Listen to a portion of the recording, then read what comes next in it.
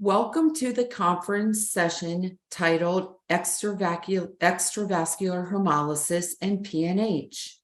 Thank you for joining us. My name is Lee Clark, Director of Patient Services, and I'll be moderating the presentation today.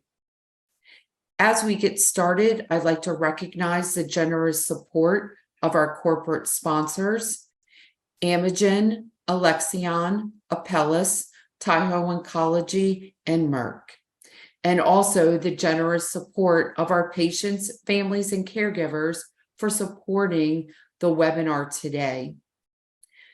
I'd like to let you know about a few opportunities that we have available for other educational opportunities. We have a few patient and family conferences left before the end of the year. On Saturday, September the 23rd, we'll be hosting a patient and family conference with all three Mayo clinics located in Phoenix, Arizona, Jacksonville, Florida, Rochester, Minnesota. And then on October the 14th, we will be hosting a program with Yale Cancer Center in New Haven, Connecticut. Our last conference of the year will be in Dallas, Texas, and that will be on November the 4th. And our speaker today, Taha Bat, has graciously welcomed the foundation and has been coordinating with us a wonderful program at UT Southwestern. And again, that will be on November the 4th. Another opportunity for you to help with bringing awareness for bone marrow failure diseases is with our March for Marrow. Our last walk this year will be on October the 1st in Arlington, Virginia. And you can find out more information about the walk by visiting our website, which is AAMDS.org. Next, I'd like to just let you know a little bit about an opportunity for you as an individual PNH patients and their family members to contribute directly to research that enhances the understanding of PNH, thus facilitating the development of new diagnostic and treatment options. Patients and their families are able to participate in the PNH Global Registry. Every patient's experience is unique and invaluable, and you can be part of the natural history of PNH. If you'd like to learn more or to participate in the PNH registry, visit our website, aamds.org. Let's get started talking a little bit more about our webinar today. Immediately following the presentation, there will be a question and answer session. If you'd like to submit a question for our expert to answer for you, you can submit your question by using the Q&A icon in the right on the engagement panel. Just click on the panel, type in your question or comment, and hit enter. We'll be able to get to everyone's questions at the end of the presentation today. When asking questions, I do ask that you do two things to help us manage the incoming question. First, submit your entire question all at the same time. And second, please do not share private health information in your question. Our speaker today cannot answer any specific questions related to your personal health care. Our expert today is Taha Bat. Dr. Bat is an assistant professor in the Department of Internal Medicine at UT Southwestern Medical Center. He specializes in bone marrow failure syndromes, colonial hematopoiesis, platelet disorders, and cancer-related VTE. He earned his medical degree in Turkey and completed a residency in internal medicine at Western Reserve Health Education. He received advanced training in bone marrow syndromes through a fellowship at the Cleveland Clinic Foundation, and also in hematology oncology through a fellowship at the University of Buffalo Roswell Park Comprehensive Cancer Center. Dr. Bat joined UT Southwestern faculty in 2020. It's my extreme pleasure to welcome Dr. Bat.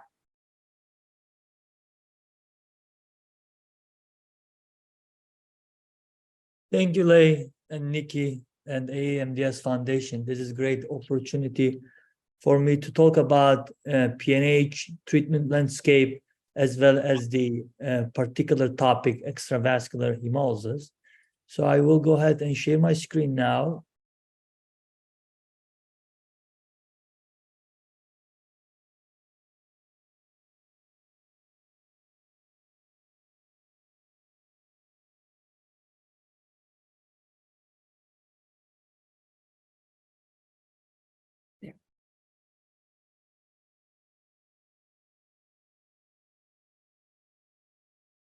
I hope everybody is able to see my screen. Is that good? It looks good, Dr. Bat. Thank you. Okay, great. So again, my pleasure to talk about the PNH today here at the AAMDS Foundation Family and Patient Conferences. My name is Dr. Bat. I am a hematologist at UT Southwestern Hematology and Oncology Division. So we will start with one of the patient case. This is a 50-year-old female patient presented with severe anemia, hemoglobin noted for 3 grams per deciliter with the unremarkable WBC and ANC. Platelet count was 170 within the normal limit. The patient's reticulocyte percentage was 12% with the LDH of 1500. Haptoglobin was undetectable and the total bilirubin was 4.5 elevated. Because of this persistent and severe anemia with the concern of hemolysis, the patient had a bone marrow biopsy. Bone marrow biopsy showed 40% cellularity, which means a normal cellular.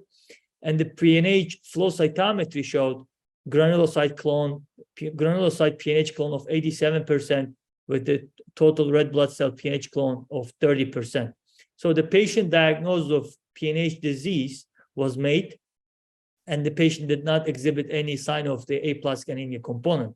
So because of the pure PNH disease with a very symptomatic hemolysis, the patient started on eculizumab for every 2 weeks treatment. She was on it for 14 years, and her hemoglobin was ranged from 7 to 8 grams per deciliter. Retic count never normalized. It was hovering around 9%. LDH was relatively much better, 300, with a total bilirubin of 1%. Because of this persistent anemia, she was switched to ravulizumab every 8 weeks, and at the time the ravulizumab was approved, and the hemoglobin went up a little bit to 9 grams per deciliter. LDH, not much change. And I want to give you a special point here. The LDH during and before the next cycle was in the range of 300. Retic count was 10%, total bilirubin was 1%, and patient Cumstes, the DAT, the direct antigen testing, was positive for complement. So we will come back to this case. So after discussing a couple points, the treatment landscape has been revolutionized in the last 20 years. So initially, we had the eculizumab trial back in 2003, and then the medication was approved around 2008. At the time that eculizumab was only the medication for PNH disease. And then ravulizumab followed up the eculizumab. Ravulizumab is the one that has less intense every 8 weeks treatment regimen. And then in 2021, pegcetacoplan, the C3 inhibitor, came into the trials. And later on, the pegcetacoplan also got approved in addition to ravulizumab and eculizumab. Currently, we have ongoing trials, whether it's a factor B or D or other proximal pathway inhibitors, as well as the terminal pathway inhibitors.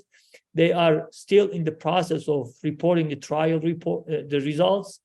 And in the future, we will be hearing more about what other agents are approved for PNH disease. So I think in the last 20 years has been a lot of new entities came onto the market, came onto the surface for the PNH treatment.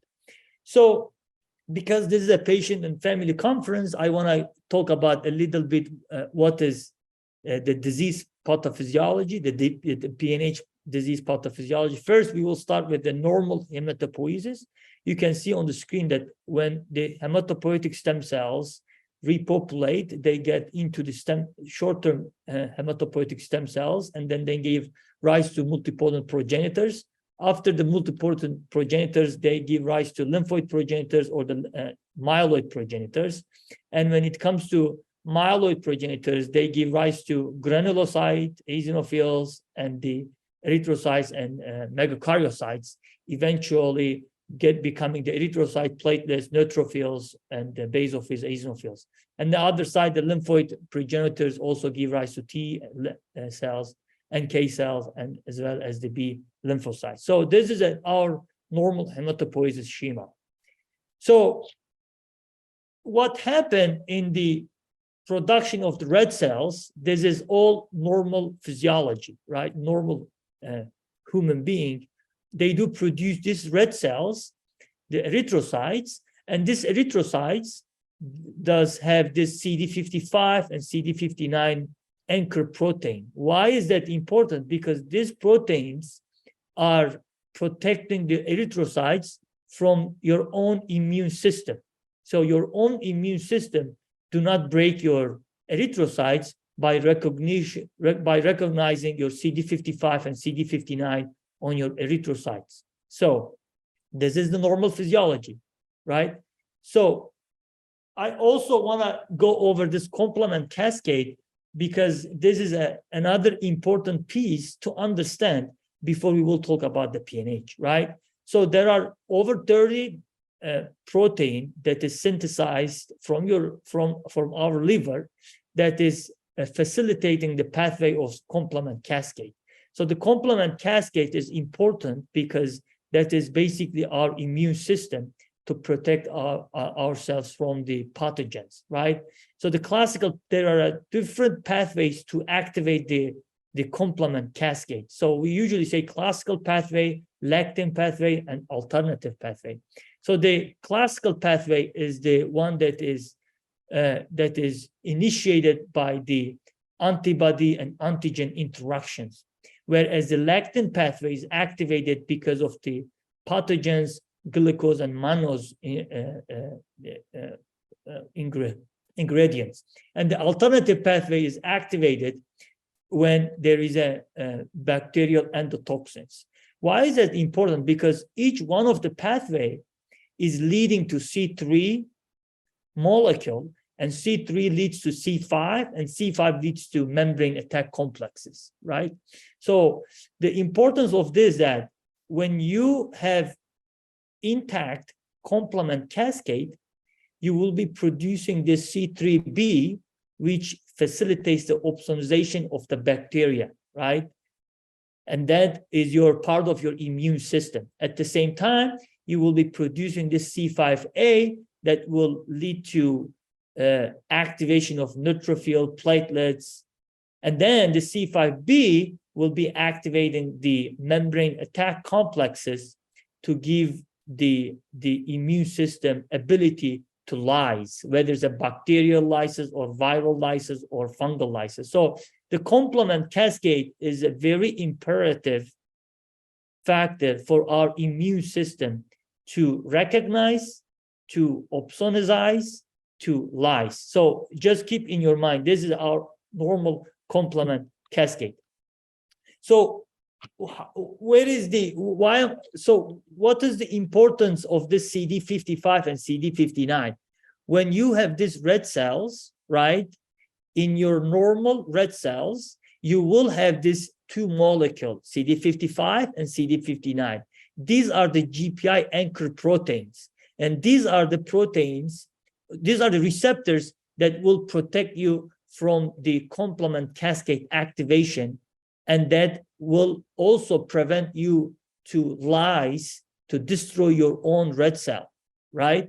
So when you have these receptors, then you will be blocking the complement cascade, especially C3 convertases, and then the membrane attack complexes with the help of the CD59. So it's a very important receptors on your red cells to protect you from the from your red cell to be destroyed.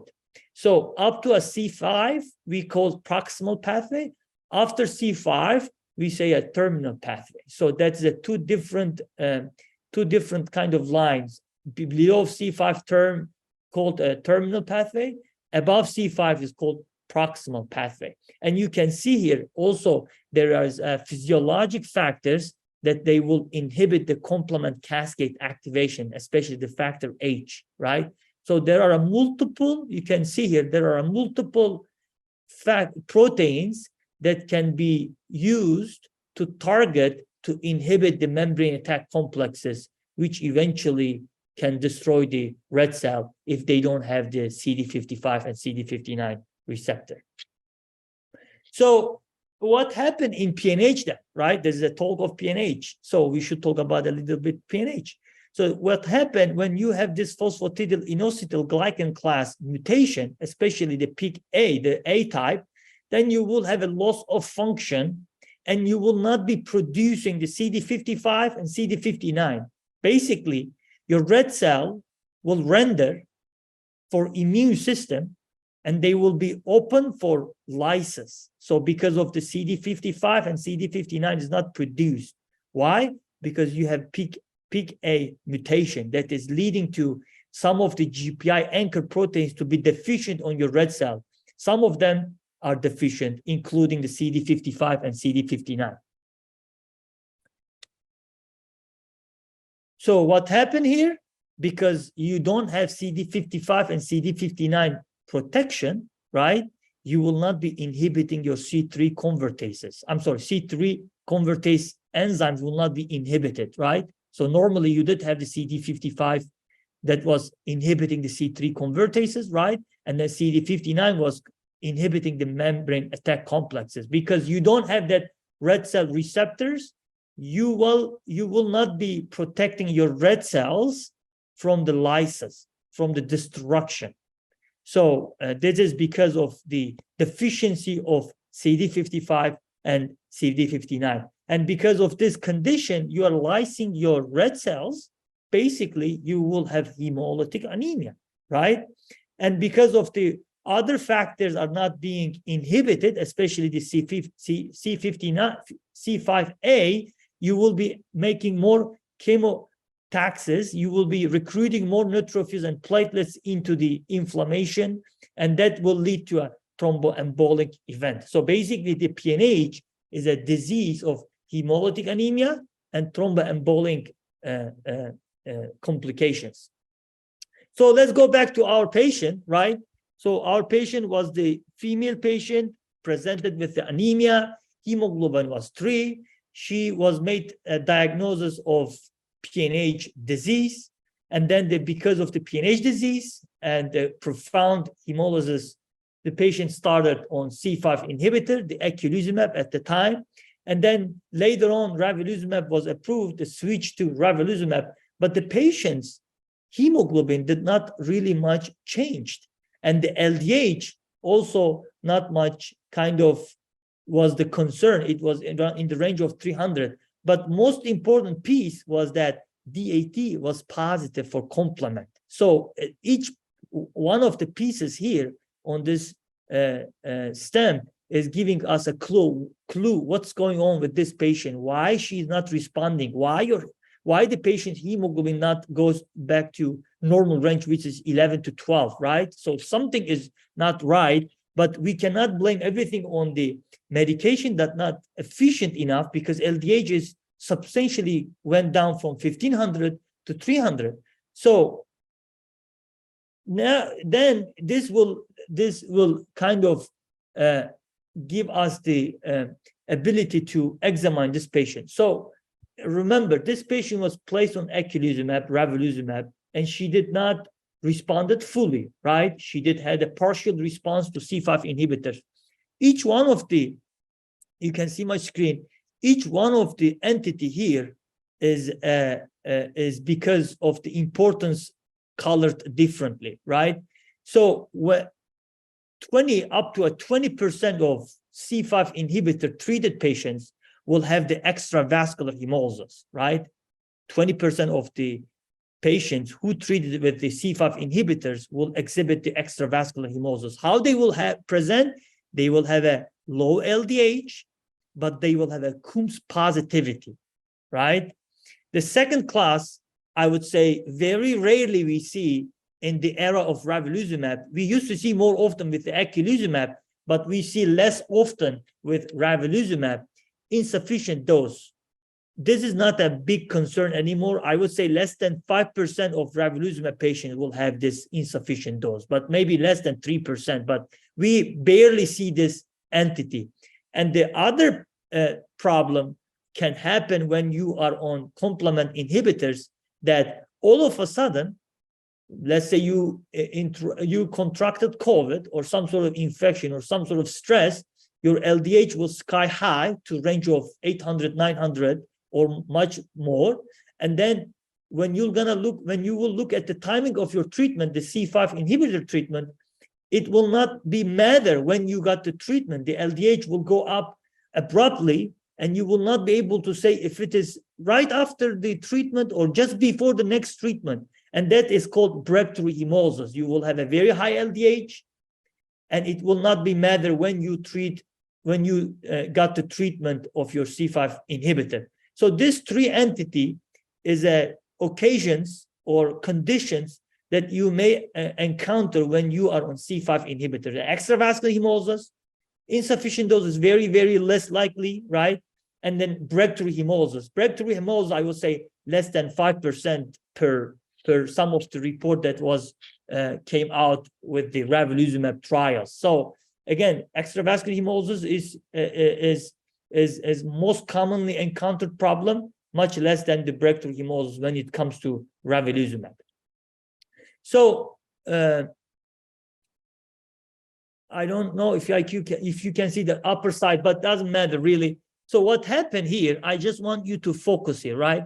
When you have no receptor on your red cells to inhibit the C3 convertases, right? Your complement cascade will be activated from different pathogens, different mechanisms. And when you have that activation of your complement cascade, you will be producing the C3b, eventually C5, and then C5 will be leading to C5b and membrane attack complex activation.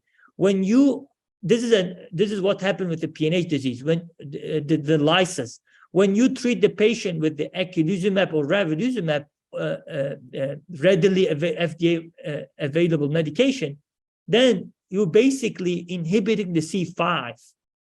When you inhibit the C5 molecule, you're basically backing off to C3b. More red cells will be opsonized with the C3b.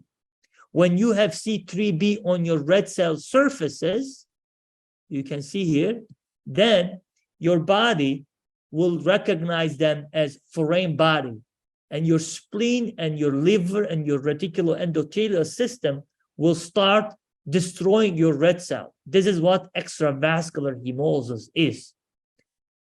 Basically, it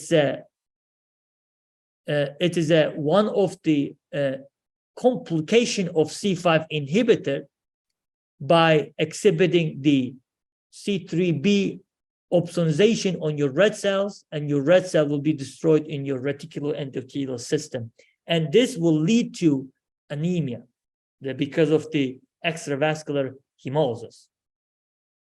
So if you have something that so let's say you are one of the patients started on C5 inhibitor, and you have been doing great, but in the recent years you have been having this extravascular hemolysis. Again, almost normal LDH, but hemoglobin doesn't go up, and you have no component of aplastic anemia disease, and your DAT is positive, then basically you have extravascular hemolysis. And your first choice should be, how can I, if you are in a city that has a big institution and has PNH trial, I urge everyone to get enrolled for clinical trial, right? If you are in a big city, and if you don't have any trial option, then the switching to C3 inhibitor, namely pegcetacoplan, is an option because pegcetacoplan is FDA approved medication. It's a C3 inhibitor, and it is a readily available for most of the institutions or for most of the insurance companies. In the near future, right? When I'm saying in the near future, because we are not only the physicians, we are also researchers working on this entity. In the near future, we will be having the option adding the proximal pathway inhibitors, whether for the patient who is taking C5 inhibitor, but they develop some sort of extravascular hemolysis, then the argument is going to be, can we add one of the proximal inhibitor pathways to eliminate the extravascular hemolysis by giving the luxury of IV medication, or we will have the option to give a factor, some sort of factor inhibitors here, whether it's a MASP inhibitor, factor B or D inhibitor, factor H activator. By that way, we will be eliminating C3b production that will also stop your lysis. So this is a great schema that you can see that which pathways can be inhibited by different agents. So I will start with the classical pathway inhibitors, lectin pathway inhibitors, as well as the proximal complement inhibitors, whether it's a factor B inhibitor, namely iptacopan, factor D inhibitor, danicopan, vemircopan, or the factor H-based protein, TT30, or the propertin inhibitors. And then again, we are working on the medication called C3 inhibitors, pegcetacoplan, MIY-101. There are also evolving medication, the C5 agents, anti-C5 agent, whether it's a C5 inhibitors or eculizumab, ravulizumab, crovalimab, pozalimab, cemdisiran combination, or the small peptides like zilucoplan or coversin. So each one of the agent here, you can see here, each one of the agent currently being tested for PNH. And so in the very near future, maybe in a couple of years, we will have more option whether the patient prefers to this one or patient prefers to that one. So again, before I will move from this slide, I want to give a kind of my feeling that when you are taking the C5 inhibitor or C3 inhibitors or any factor inhibitors here, the question is going to be that how many of them or which one of them is the safest medication to prevent breakthrough hemolysis, to prevent extravascular hemolysis, to prevent insufficient dose, which one of them is safe during during your aging processes, right? So each one of the medication choice is going to be dependent on multiple factors, namely, number one, effectiveness to prevent the hemolysis and thromboembolic event, right? The second is which one is the safest one when it comes to breakthrough hemolysis, right? And the third is which one has a less potential to have an insufficient dose problem. The fourth, which one is less risky for extravascular hemolysis. The other one, what kind of administration would you prefer? Would you prefer the IV? Would you prefer to sub-Q? Would you prefer to have a pump? Would you prefer to have oral, right?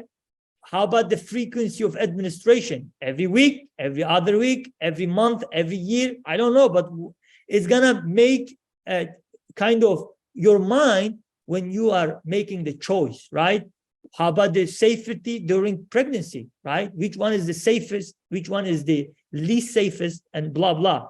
And then risk of infections, because basically you are inhibiting your complement cascade.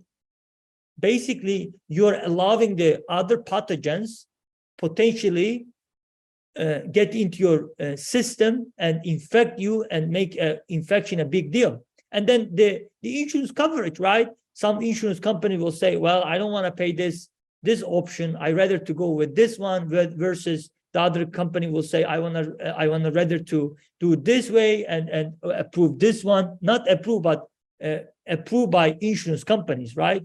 Most of them is going to be hope that there's the hope for the PNH patient that they will be approved for PNH disease. But again, the insurance companies will play role which one of them is suitable for their own patients.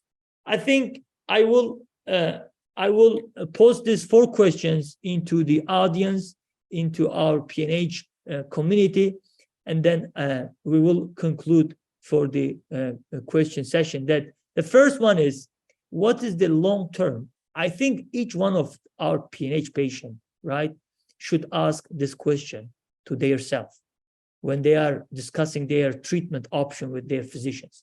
Number 1, long-term risk of breakthrough hemolysis for each agent. Am I being protected enough? Am I being protected enough by getting this medication? The second question is, shall I be on terminal pathway inhibitor versus proximal pathway inhibitor, or some sort of combination, right? This third question is going to be, especially the childbearing ages, is this safe during the pregnancy, right? Because you may not want to interrupt your treatment during your pregnancy, which there is a risk of higher PNH breakthrough hemolysis. And then the fourth is, what is the long-term safety for each agent that I'm being offered? Number A, number B, number C, number D, whatever the medication that you are offered by your provider, by your insurance companies, you should be asking this very, very important 4 questions. Then you will decide which one is the best suitable for you in the coming future. So I would like to stop here and take some questions. And again, as usual, I want to thank to my lovely family and our PNH research team, Zehra, Munevver, Ahmed, as well as Merve.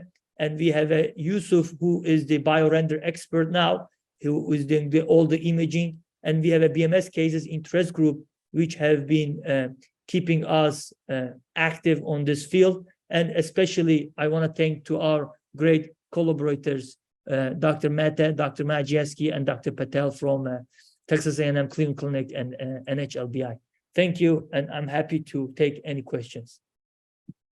Thank you, Dr. Bat. We've got quite a few questions here. The first question is, the new factor B and factor D blockers promise to help block intravascular hemolysis. If a spleen has been enlarged for many years due to EVH, will these new factor B, factor D blockers help with reducing the size of the spleen? That's a great question. I want to go back to this schema and then show you. I mean, again, the extravascular hemolysis is happening in your reticular endothelial system, especially in your spleen, right? And there is a possible theoretical benefit of using proximal pathways to shrink your spleen.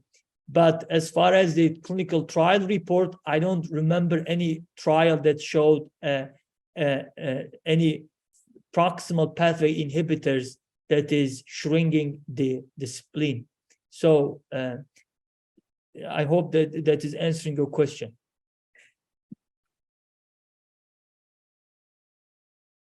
Thank you, Dr. Bat. Our next question is, does extravascular hemolysis cause iron overload and organ damage similar to intravascular hemolysis? That's a great question. Yes, because there is an ineffective erythropoiesis, right? Theoretically, you are destroying your red cells, and each red cell has a lot of iron content, and that iron content is being stored in your body. There is a risk of iron overload when you are having the extravascular hemolysis. Thank you. Our next question says, would you mind explaining active protein C resistance? Activated protein C resistance. Yeah, well, activated protein C resistance, I'm thinking activating protein C resistance. I mean, Yeah. The question says, would you mind to explain activated protein C resistance? Well, that is nothing to do with the complement cascade. That is activated protein C is all about coagulation cascade. We are talking about complement cascade. I know it's a little bit confusing for patients, but it's a totally different. One is hemostasis, making your blood to clot. The other one is immune system, making your body to be protected from the pathogens. It's completely different things. Okay. Thank you, Dr. Bat, for that clarification. Our next question is, please discuss issues concerning extravascular hemolysis in terms of high levels of bilirubin and turning into creation of stones. Yes. So what happened when that's a great question. That's one of the pathophysiology of the gallstones, right? So when you are breaking your red cells, that all the contents in your red cells, including the bilirubin contents, hemolyzed bilirubin contents, are getting into together, and they are making the gallstone in your, whether it's in your gallbladder, sometimes also can make stones in your kidneys. Thank you, Dr. Bat. Our next question is, does extravascular hemolysis occur more frequently in patients who have classical PNH more than patients who have overlapping disease, such as aplastic anemia and PNH? Is there a difference? Well, I don't know who posted that question, but that is a very, very, very relevant question that we, as our group, the Zehra and Munevver, they are both medical students, and they help with the bioinformatic division. We are working on which patients are the one that making the extravascular hemolysis more than the others. Can we classify ahead of the time who has a prone to develop extravascular hemolysis? And so to answer that question, as of now, I could say, based on our preliminary analysis, there is no distinction between antecedent disease with PNH versus a primary PNH. But again, the full picture is not published yet, and we are working on it diligently with the Cleveland Clinic team, that we're trying to understand who are they that developing the extravascular hemolysis more than the others. Can we ahead of the time predict and make the suggestion of which inhibitor the patient should be on? So that's an active research that is ongoing right now, as we told. Great, thank you, Dr. Bat. Our next question is about Empaveli. Is Empaveli a first-line therapy, or is it a second-line therapy for patients? And if so, which patients should be using that? Well, again, so this is I would say this is the one. So let me put this. So when it comes to medication options, right? What options do you have? I think as a patient, you should, this video will be recorded, and you can always go back to this slide and make some coherent decision. I think this is very important. Which agent is first line for me, right? Shall I be on this one versus this one, or this one, or this one, or this one? The consequences of each treatment is different. When it comes to first line, second line, both of them can be used as a first line. But there is a 3 medication as of now that is FDA approved: pegcetacoplan and eculizumab, ravulizumab. You can use any agent as a first line. you have to think about this way. When I am using this medication or that medication, I don't want to point any medication here, but when I'm using any medication here, what is the effectiveness? You can ask this question to your provider. What is the risk of the breakthrough hemolysis risk? Am I better be on oral versus sub-Q versus IV, right? It's all your choice. You can say, I'd rather to have this mode of administration rather than the other way. You know what? This medication is not reported to be safe enough for these consequences. I don't want to use this because there's a risk of this and risk of that and risk of this. So I think at the end of the day, when I discuss with my patient, I say, hey, there is a two valid option. I mean, we don't usually use the eculizumab at the outpatient setting unless the insurance will push. But we usually say we have two options, whether C5 inhibitor or C3 inhibitor. And C5 is this, C3 is this, C5 has this, C3 has this. This is a consequence of C5. This is a consequence of C3. Which one would you like to choose? And the patient will make decision. They'll say, hey, you know what? I'd rather to go with this one versus this one. So, but I wanna highlight the importance of questioning each medication, especially effectiveness, especially breakthrough hemolysis, especially extravascular hemolysis, especially mode of the administration, especially administration frequency. So each item here, you can see here, is equally important when you make the decision. I think it is your 100% right to think about each one of the medications and then make the decision. I hope this is answering the question. It does. Thank you so much, Dr. Bat.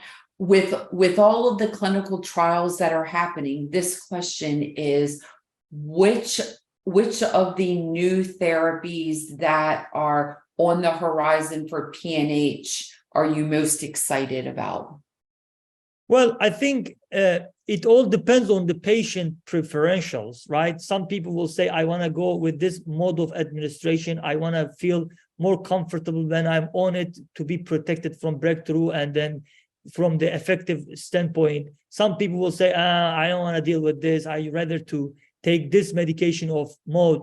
There is I would say there is an upcoming, I mean, the most evolved or the most rapidly evolving medication, I would say, are the factor inhibitors, B or D inhibitors, right? They are in the phase 2 and phase 3 trials, almost completion, and some long-term data is being reported. In the near future, we will hear more too. And then more are coming with the MASP inhibitors or factor H-based proteins or propertin inhibitors. There are also some data with the C5 agent, anti-C5 agents, where there is a crovalimab. I think they just completed their reporting their phase 3 trial results in the literature, and they're maybe reporting in the near future too. But I would say factor inhibitors and then the crovalimab one are the one that is having from the phase 2 to phase 3 trials.